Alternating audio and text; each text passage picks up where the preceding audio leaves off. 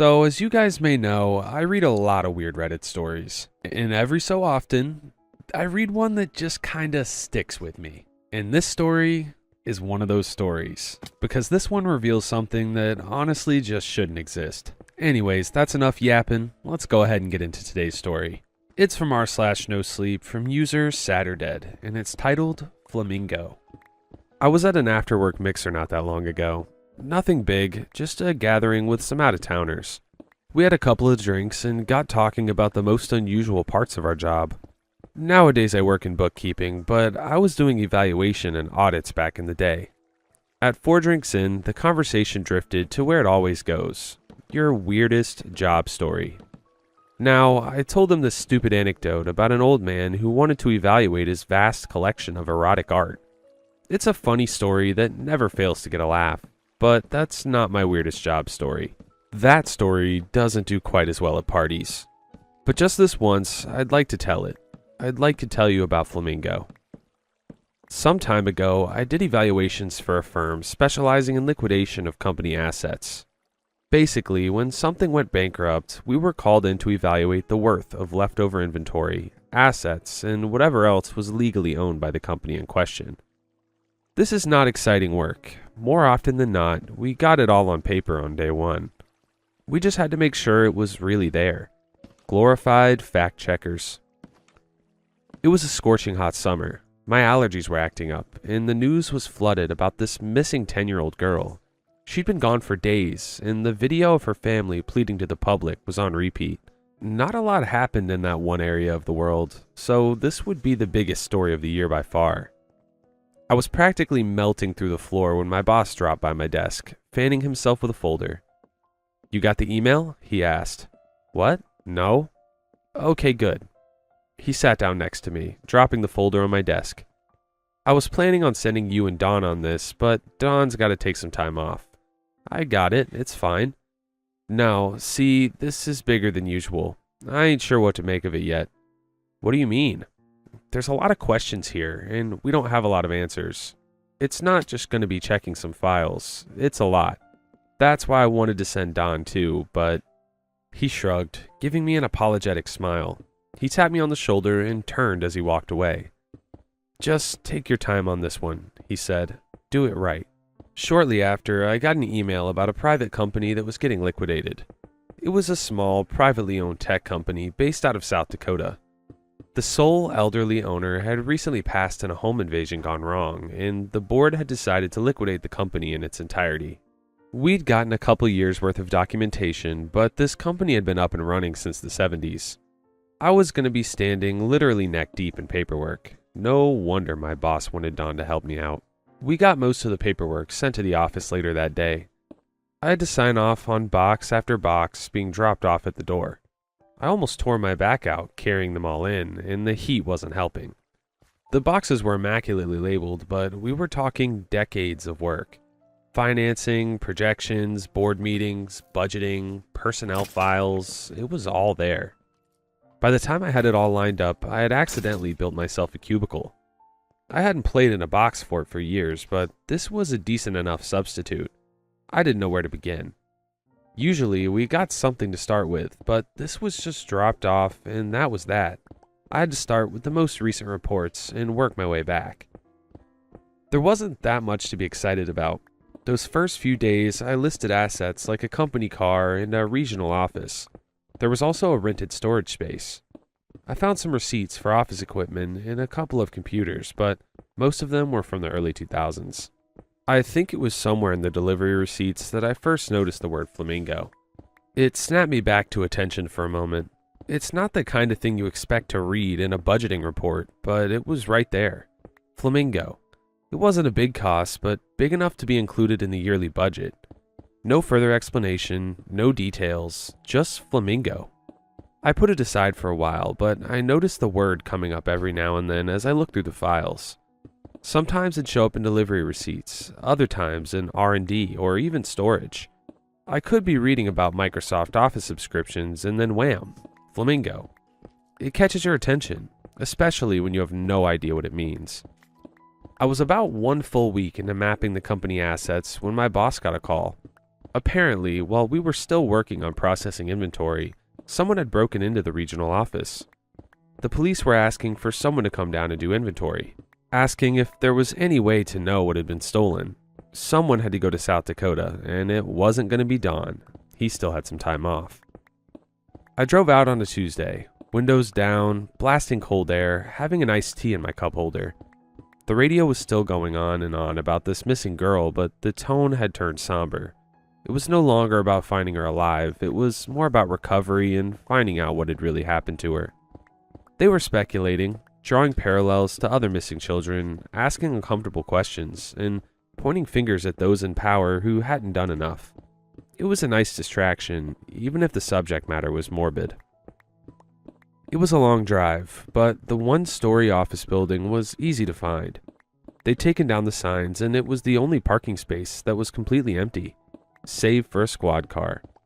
2 officers were ready to meet me up front. I had printed out a list of items that I suspected would be at the office according to the most recent receipts. Just the big stuff. I figured burglars wouldn't be looking for staplers and reams of paper. If they just got away with some copiers and computers, we could probably get an insurance payout. There were 2 officers out front. They waved me over and escorted me inside, keeping the small talk to a minimum. Just a couple of lines and a "how about this weather?" I couldn't blame them. One of them was on the chubbier side, and he was melting through his uniform. There was no doubt that the place had been robbed. The front door was smashed to pieces. I had to step over the glass as I made my way inside. "You know what's strange?" the chubby one said. "The door opens inward, but it's been smashed the other way." "Why is that strange?" I asked, glass crackling under my feet.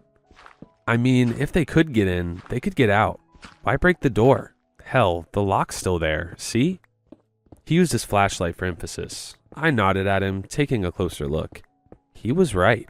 The entire door had been smashed to pieces from inside the office, torn straight from the hinges, and the lock was seemingly untouched. The officers left me to do their job, asking me to call once I was finished so they could get a proper report about missing or damaged items. I was left on my own for a while as I went around taking pictures, double-checking with my list of confirmed assets. Now, the place was admittedly a mess, but not as bad as one might imagine. The lights were working just fine, and most of the furniture was okay. A couple of things had been tipped over, and the drawers in one of the desks had been thrown to the floor, but all the electronics were still there. In fact, I couldn't see that anything had been stolen. Not anything big, at least. One thing stood out, though. At the far end of the room, there was a supply closet. The door was broken in 2, and all the boxes inside were scattered on the floor. One of the boxes had been torn to shreds. An old, dust-caked box with a yellow note taped to the side. Flamingo. After talking to the police, I decided to take some time to look closer at what exactly Flamingo was supposed to be. There were a couple of notes here and there, but it was always separated by a degree of vagueness. For example, I noticed there were gas receipts about once a month when one of the employees went on a longer drive.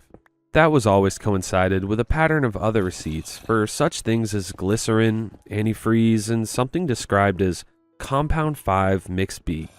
Same pattern over and over. Now, I don't have a clear idea of what Flamingo was supposed to be, but there were some patterns emerging. It was something that had been going on since the 70s, up to the point of the company's liquidation. Some kind of ongoing thing that was only shut down once the company lost its funding. Flamingo wasn't that expensive, but it was definitely recurring. There had to be something else to it. Some kind of documentation that showed what the hell we were dealing with. At the very least, I needed some kind of description so I could do my job. I can't evaluate something if I don't know what it is. While in town, I decided I should check out the storage space. I had a pretty good idea of the kind of things they kept there, but I figured I might as well double check. I'd had the keys delivered earlier that week, and it wasn't a long drive. Might as well. It was a private storage space as part of a larger warehouse location. Basically, a walled-off section lined with chain-link fences. It was already late in the afternoon by the time I got there, but just getting out of the sun for a while was enough to energize me. I was drowsy from my antihistamines, something I kept chewing like candy to deal with my dust allergy. Did you know those things are basically sleeping pills? Yawning, I got to the storage space. I unlocked the door and stepped inside. I was the only one there as I closed and locked the door behind me, turning on the lights. The moment the light turned on, something moved. Alright guys, into the story. Something moved, I'm moving. I'm getting out of there. Sorry boss, couldn't make it happen. See you later. Unfortunately, that's not what the OP did, so let's keep reading. I heard things getting knocked over and clattering to the floor as something crashed into the light overhead, breaking the glass and turning the room dark. My pulse exploded as I pressed myself back against the door, fumbling for the lock. "I'm calling the police," I yelled out. "You're not supposed to be in here. I'm calling the..." I got the door open. As light flooded back into the room, I realized how quiet it was. I pulled up my phone, ready to call for help. As a couple of seconds stretched into a full minute, nothing happened. I started to doubt myself, thinking maybe something had just toppled over, or a raccoon was hiding inside. It would be silly to call for help over a wild animal, so I decided to take a closer look. There was nothing in there apart from a strange black mark on the floor. There was this smell of ozone in the air, so I kept the door open to flush it out. The glass from the broken light littered the floor, along with a couple of open boxes. It didn't surprise me to see that these were labeled Flamingo. A lot of other labeled boxes in that room were untouched. Looking through the boxes, these seemed mostly untouched. There were tapes, camera equipment, folders, a box of what looked like turkey basters made of stainless steel. All the boxes had been ripped open and looked through, but nothing had been removed. They were stuffed to the brim with a variety of items. I picked one of the boxes at random, marked Flamingo 1981. It wasn't a large or even heavy box, but it was taped shut. I opened it just to have a look. First thing I saw was a children's drawing in crayon. It was kind of hard to tell what it was supposed to be, but it looked like a portrait. A child, 2 parents, and 2 doctors. On the bottom, a text. "Tanks for snow globe." I loaded up my car with a couple more boxes and took some pictures of the more expensive items. I was surprised to see medical equipment. This was supposed to be a software company. I returned to that crayon drawing a couple of times, taking a closer look. I couldn't tell if the child was a boy or girl. They didn't have any hair. They also had the outlines of their body drawn in a gray crayon, not a pink one like the parents or the doctors. The reference to a snow globe could be seen in the picture, as one of the doctor characters was holding one out like a present. I decided to call it a night. I checked into a motel and closed the curtains. I'd have to wait to check out the videotapes until I got back to the office. I didn't want to plug anything into a motel TV. Instead, I browsed whatever was left. Photos, reports, test results. Once you got past the Flamingo description, there were a couple of names that kept coming back. One of them was Christine, or Chrissy. It didn't take a lot of digging to connect her to the crayon drawing. A lot of the reports were transcripts from her discussions with one of the doctors, as well as observations made by staff. Most of them were fairly short descriptions, like a kind of progress report. Something that was meant to be added to an ongoing file. Other names were those of doctors and software developers. It seems they were using some kind of program to figure out a solution to a problem that affected Chrissy. Exactly what wasn't clear, but they perfected something called Compound 5 Mix B. What exactly that entailed wasn't clear. Something about seeds, an echo drive, and synthetic nutrition. There was a whole section written about the physical effects of consuming antifreeze related to this. But what really stood out to me were the observations about Chrissy. She'd been part of Flamingo since the 70s, just after the founding of the company. Some of the observations about her were absurd. Day 465, still unable to enter REM sleep. Day 476, confirmed independent eye movement in dual cognition, cross-report 8. Day 877, procedural breach, found in parking lot. Day 1022, tongue atrophy. The reports hinted at this girl in need of medical attention, but it wasn't clear as to why. They were working on some kind of solution, and had been for a long time. Whatever it was, it resulted in some kind of compound that they had been producing until recently. Something that, even when written out, didn't make sense to me. What the hell is a Helianthus cerulea anyway? It was almost 1 a.m. when I turned off my lights and closed all the boxes. I crawled into bed, barely keeping my eyes open. I've never liked sleeping in unfamiliar places. There's always noise that you're not used to. Luckily, I was out like a light the moment my face hit the pillow. In the morning, as I put on my jeans, I turned my head. My alarm didn't go off. I rubbed the sleep out of my eyes, only to see that the boxes I'd checked were wide open. I'm sure I closed them. The boxes had a lot of old media, like cassettes and VHS tapes, but there were a couple of CDs that seemed a bit more recent. My car stereo was pretty old school, so I tried to put something on to listen to on the way back. It was going to be a long drive, and I figured I might as well get acquainted with the material. Most of the CDs didn't work, or had text files rather than audio, but a couple of them included what sounded like recorded conversations. They all started the same, reciting the date and the name of present staff members, some names over and over. They didn't mention who they were talking to, but I had a sneaking suspicion. One of the recordings went something like this. Are you still experiencing issues with your vocal cords? There was a murmur in the background, then a clicking noise. I see. No effect from the inhaled sulfur? 2 clicks. Sorry to hear that. Any other recent issues you've experienced in your new environment? There was 1 click. The person in the recording can be heard shuffling around with some equipment, only to spell out letters. A couple of things were brought to attention, such as food, tired, and finally, broke. That seemed to get the interviewer's attention. Broke? What broke? He asked. They spell out the word globe. We'll get you an extra one after your next session. How's that? 1 click. Flamingo seemed to be the collected name for all things related to Chrissy. Even later entries confirmed she was still alive, around, and active. Born in 1976, she'd come a long way from crayon drawings she'd made in '81. They still spoke about her like she was a child, promising toys and gadgets in exchange for cooperation and tests. They never spelled anything out completely.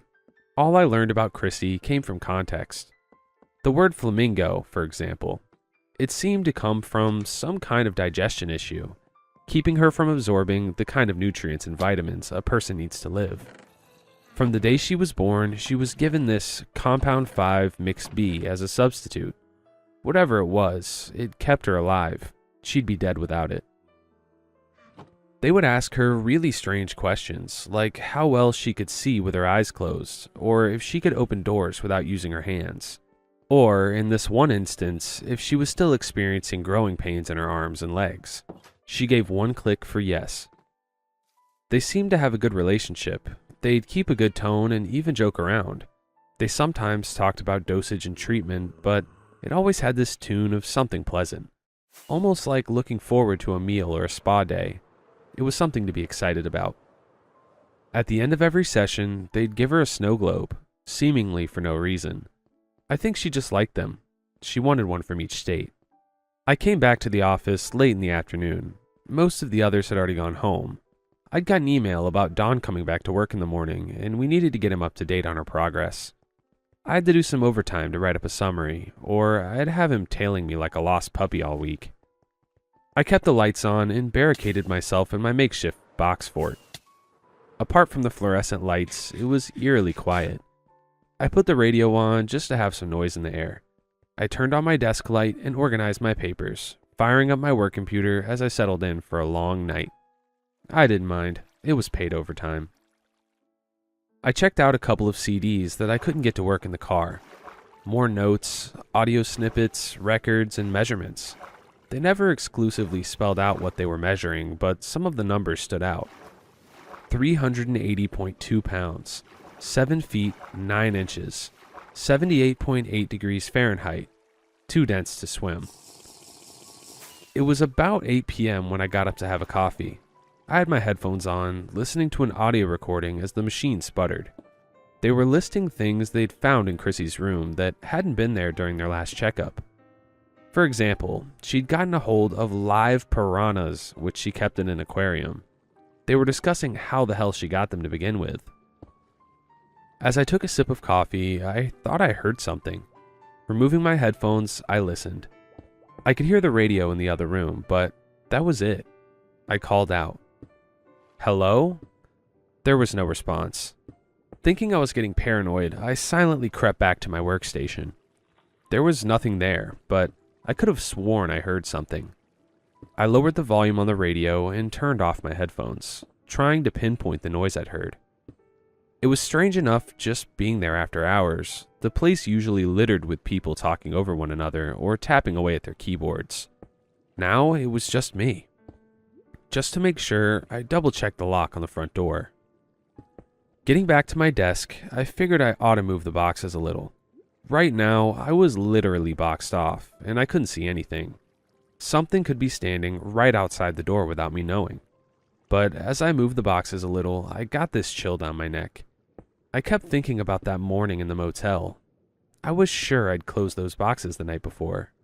Something wasn't right. I got back behind my desk and sat down.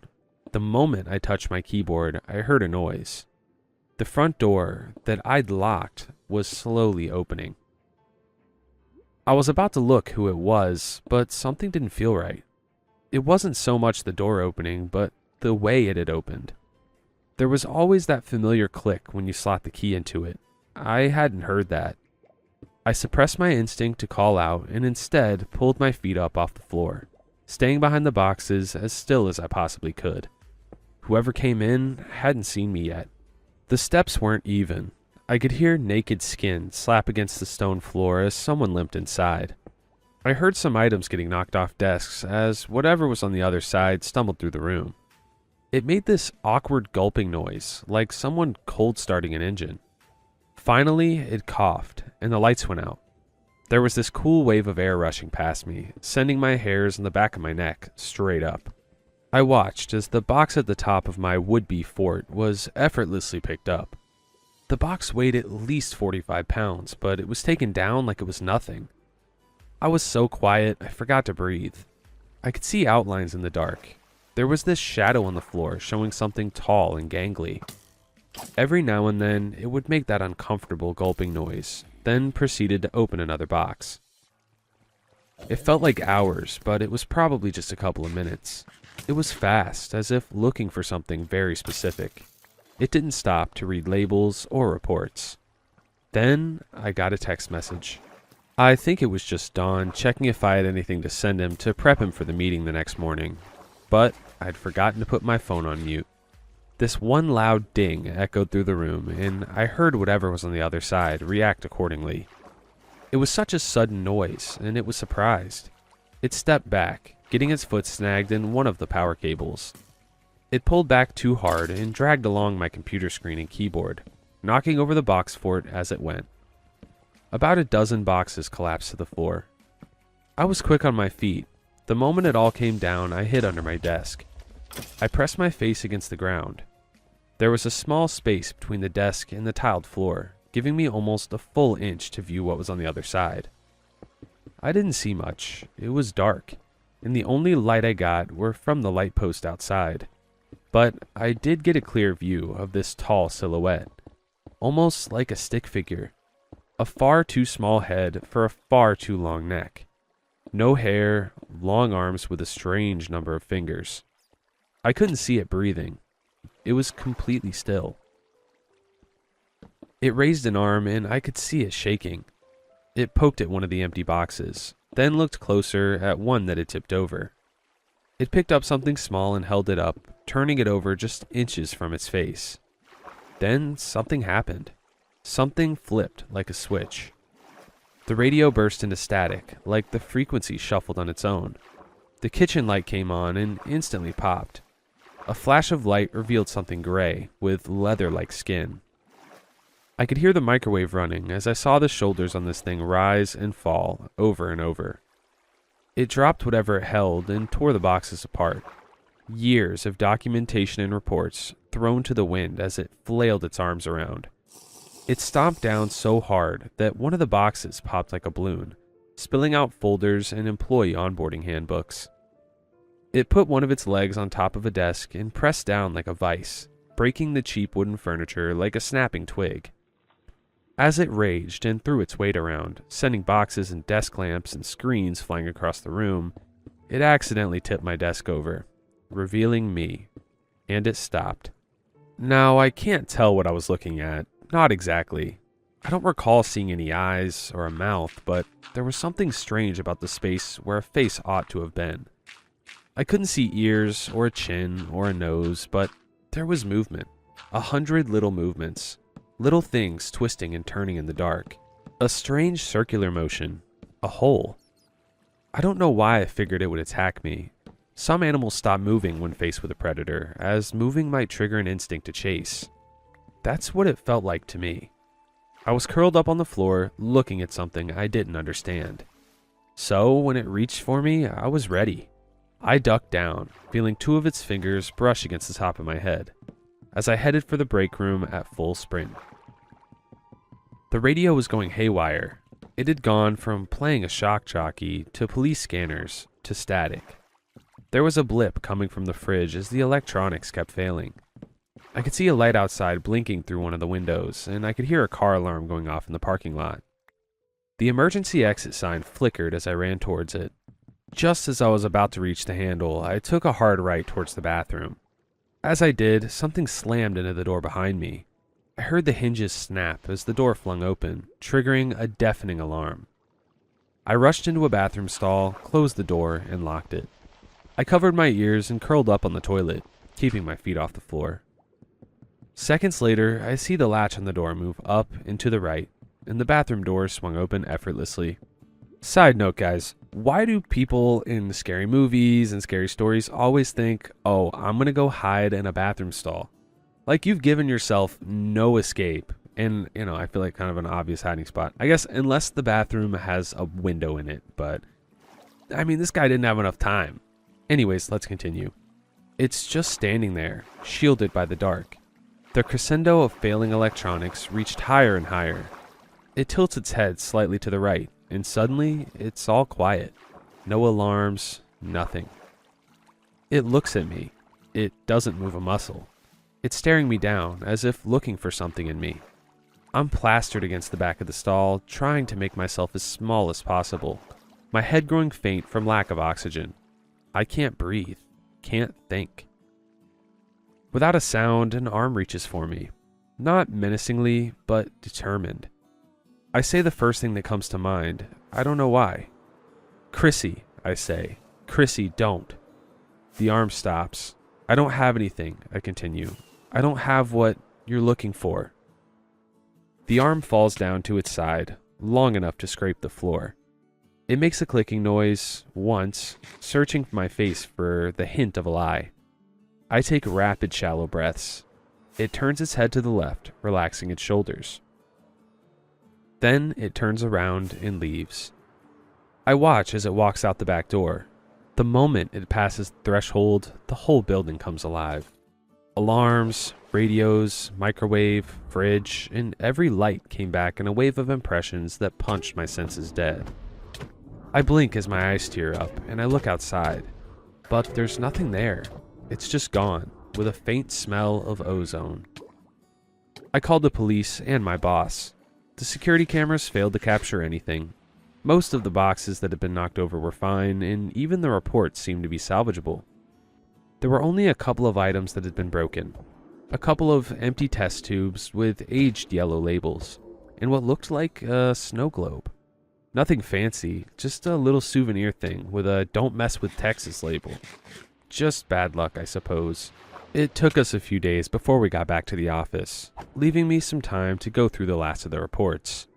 It seemed like the last of the Compound 5 mixes had been delivered months ago, and that there were no more scheduled deliveries. If this was something Chrissy needed, she was running out, fast. I tried checking a couple of VHS tapes, but they'd been demagnetized. But more so, I found something I'd been looking for, a shipping address. I didn't go alone. Not only did I bring Don, but we brought the police. It was company property after all. The place was registered as part of an industrial warehouse, but it was sectioned off with layers of fences and barbed wire. All the locks were long since rusted shut. We had to cut them open. We followed 2 flights of stairs downward, leading to what looked like an abandoned bomb shelter. It took a lot of effort, but we got the door open. No one had touched it for ages. The entire room was cylinder-shaped, with a drain in the floor. There were no lights. We checked the walls with flashlights, sweeping over empty shelves and open drawers. Someone had been there recently, and they'd cleared the place out. I could tell the place had been packed. There were handwritten labels taped to the walls. Some of them were simple enough.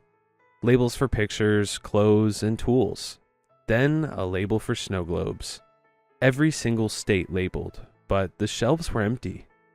Someone had taken everything and just left. Don took a closer look, sweeping over the labels with his flashlight. "It's missing Texas," Don remarked. "How about that?" The place was covered in dust, but a couple of spots were left clear. There'd been collections there until recently. On the far end of the wall, there were test tubes and turkey basters. Labels of C5MB, meticulously dated, going back at least a decade. It had stopped a couple of months prior. The officers left as soon as the coast was clear. While Don did some long overdue paperwork, I sat in my car and blasted the AC. I thought about that name, flamingo. The flamingo gets its pink color from the shrimp it eats. It's a result of its diet and environment. Chrissy had never managed to digest the things we take for granted. She grew up on a completely different set of vitamins and minerals, something they made up in a lab back in the 70s. Then again, if they hadn't, she probably wouldn't have survived infancy. But what features of ours are inherently human? What is the human equivalent of the flamingo's pink feathers? What had Chrissy sidestepped, and what had she gained in turn? I couldn't make sense of it. Instead, I turned on the radio. Maybe the shock jockeys could drown out my thoughts for a bit. There was no music. All the local channels were reporting the same thing. They'd found the missing 10-year-old girl. They dubbed the rescue an act of vigilante justice. A deceased suspect was found on the premises, apparently killed in a brutal fashion. The girl had been released from a locked basement and reunited with her family. She had initially been taken on her way to show and tell, where she was going to show off a souvenir from a recent trip down south. An unknown vigilante had broken into the house where she was kept. In the one soundbite they got from the girl, she spoke in a Texas accent. When asked to describe her rescuer, she only had this to say: "That thing stole my snow globe." We finished our liquidation of the company and closed another case. Most boxes were filed away or destroyed, throwing decades of documentation down the shredders. I never got a clear view of Chrissy, and there were no answers as to what became of her. There was no recipe for the compound. Maybe she figured it out. I guess she had to, or else she would have starved to death. When people ask me about my craziest work story, this is the one I want to tell. I don't know what to make of it, and the people with all the real answers are long since gone. It's so much easier to tell stories about creepy old men than trying to explain the flamingo. But I can honestly say, I think about it every day. I can't help but wonder, if we're stripped of the building blocks that make us what we are meant to be, what remains? Alright guys, yeah, that was insane. So are we thinking that Chrissy broke out of there and the company owner who died in the home invasion, Chrissy killed the business owner, right? Alright, here's a good comment that makes sense. Sounds like the company stopped feeding Chrissy, so she escaped, killed the company owner, then searched the company office, breaking the door on the way out. I'm not sure I understand why she flipped out when she found the Texas snow globe. Maybe she was starving by that point, hence the shaking arm, and desperate to find more of the compound. Yeah, that makes sense. Anyways, that's all I've got for you today. That was definitely a freaky story. Kudos to the author Saturday. They always have great stories. Also, little announcement, guys. I made a second channel. The name's Droven2. I'm going to be uploading longer, probably like 5 to 8 hour long videos for you guys on there, because I've had a lot of people asking for me to make compilations. So that's coming soon. Anyways, shout out to my channel members. Thank you so much for your support on the channel. And that's all I have for you guys today. Thanks for watching. I'll see you tomorrow. I'll see you tomorrow. I'll see you tomorrow. I'll see you tomorrow. I'll see you.